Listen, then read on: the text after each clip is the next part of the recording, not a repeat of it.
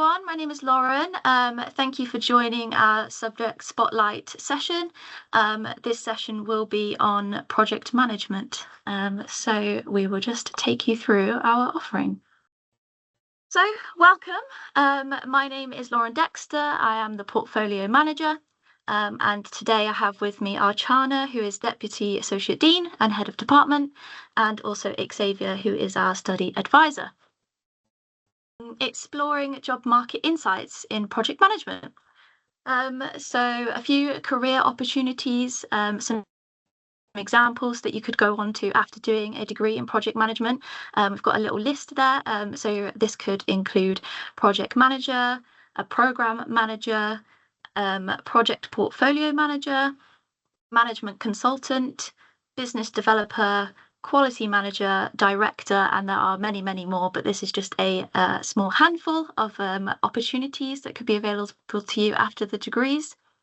In the past, we have had graduates go on to work for companies, including BAE Systems, Volvo Car Group, the NHS, Siemens, IBM, Hewlett Packard, Shell, and also Virgin Money. So those are just a few big name companies that our graduates have gone on to have careers at after taking these degrees, just to give you a bit of a flavour of what previous graduates have gone on to do. So you'll see some big numbers on the screen there, and those are some insights from a labour market insights tool that we use called Lightcast. And from here, we can see that from September 2023 to March 2024, there were 67,000 plus unique UK job postings in the project management region. So quite high demand there. And in terms of UK employers competing for talent, over 10,000 in that region. So yeah, a little bit of a background and a little bit of a flavour of what you could go on to do following these degrees, and just a little bit of insight into why project management is a good area to go into, because a lot of businesses at the minute are focusing on project management to improve their efficiency, manage costs within the business, and also ensure successful project delivery. So I will now pass over to Archana. Hello, everyone. Good evening. I'm Archana Shankar. So I head the project management program, and we have obviously the full-time program and the part-time program. The part-time runs on the weekends. The full-time is Monday to Friday. The course is designed for your career. Here we say, we're talking about IPM, and we are also accredited by Association for Project Management, which has been there about 2 years now. And you can learn how to lead international projects and teams on budget and to a high standard. The program will help you to build your cultural awareness, some skills in understanding of different legal, political, social, political norms. Basically, you will learn more about the environmental aspects, and also build yourself, prepare yourself to adjust in a professional world. You will partake in experiential learning such as leadership training and simulations. So we have a lot of activities, and the sessions are activity based as well, where you definitely will learn on different aspects of the course, of the modules, and you will also end up interacting with lots of people, your own classmates, and that will give you some very good insights. You will gain some real-world experience through internship or project through MSc International Project Management's Advanced Practice option. So if you are taking Advanced Practice option, we've got a couple of modules. Firstly, obviously, we've got an internship module. We've got business consulting module where we give you some live projects. And obviously, there's something on research projects. So it helps build a little bit more closer to research. So I think these modules are really very interesting.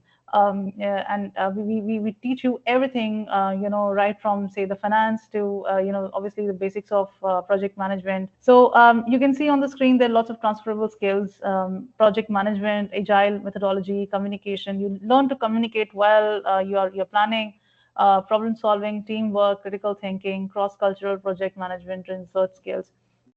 The fact that you are in an international place, and London has a lot of diversity. You will see within your class as well, you will see students are coming from different countries, and that itself is an experience. And definitely when you come here, London offers you a lot of opportunity.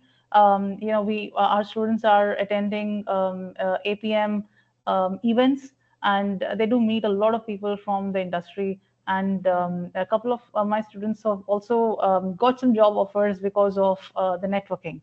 So if we talk about the format of delivery of how we teach you, then it's a mix of lectures and seminars for every module, and these are weekly. Most sessions are held in person on campus, and about 10% are offered in a hybrid format in an online way. The reason is also that we want to give students a taste of the online meetings, and they should know how to how to follow the online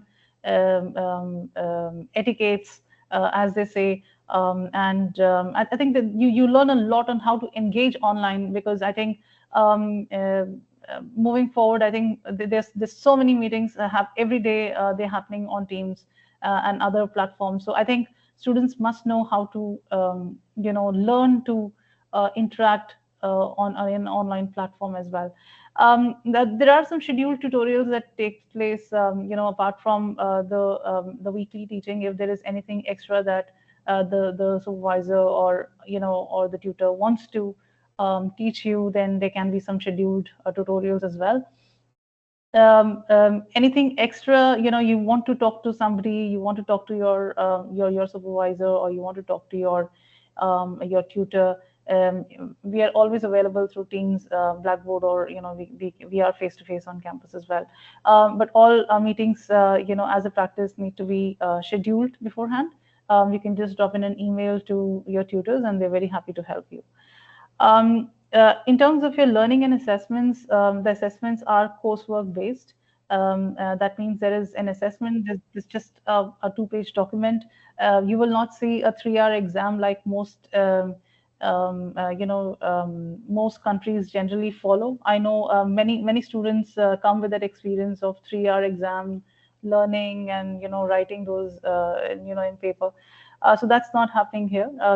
We give you a document which is like your question paper, and the weekly teaching is quite based around that assessment. So your assessment, once when we are teaching you every week, you will see that some part of your assessment has also been answered through the weekly teaching. As we teach, you can develop your assessment, and end of week 12, you are given a deadline as well, and the deadlines are given beforehand. You can submit your assignment, and then it is marked online as well. The lectures are focused on theoretical content, and as a university, we are supposed to teach you a lot of theory.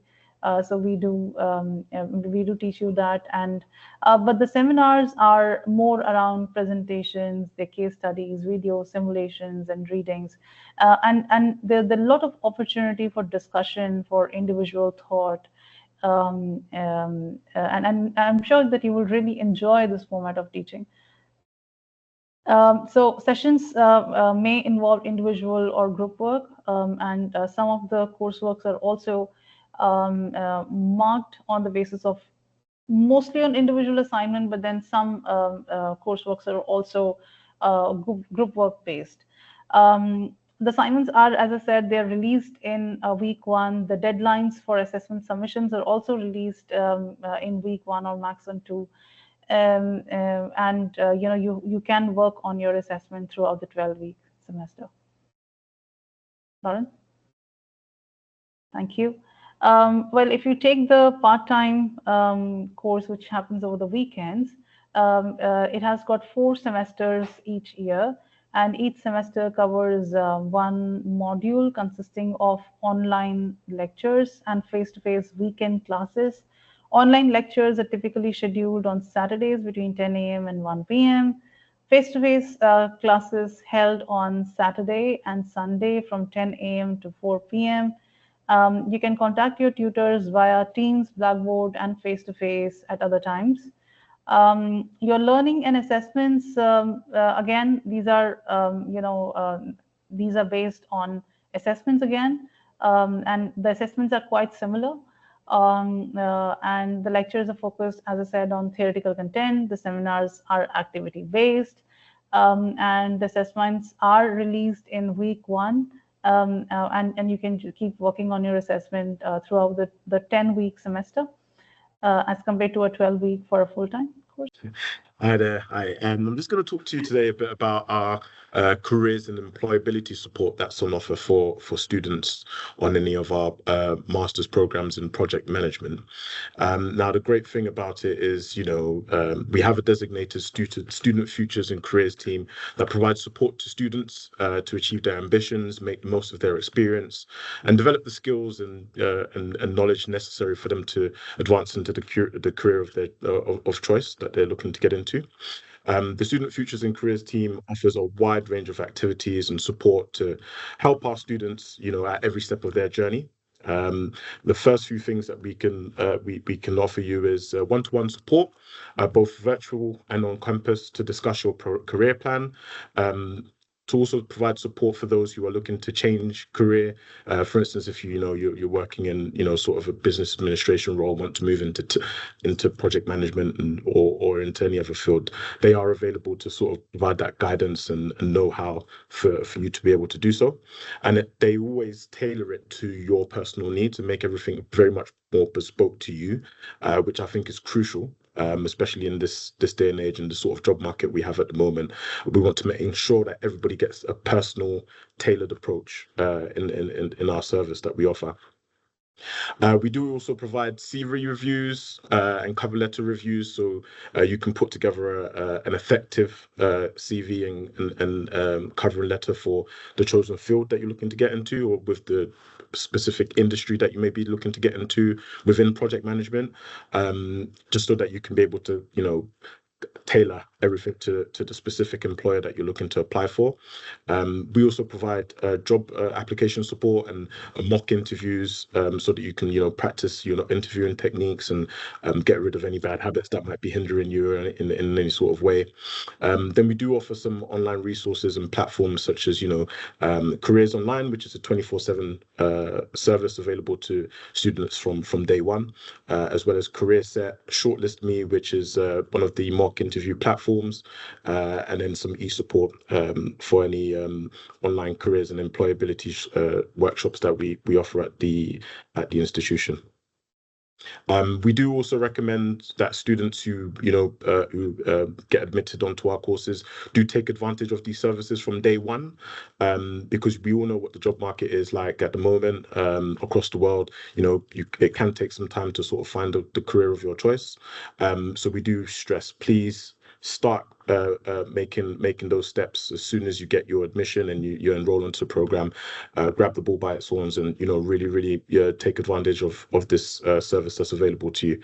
I think the thing to summarize, the thing that really puts the icing on the cake is the fact that you have access to this service for up to 2 years after you graduate, because we want to ensure that our students get the desired end and meet the desired destination that they're looking to get to. So we do offer that support for up to 2 years after you graduate. So please do, from day one, get on board. It's all there available on your virtual platform. You'll be able to access and book appointments as per your need.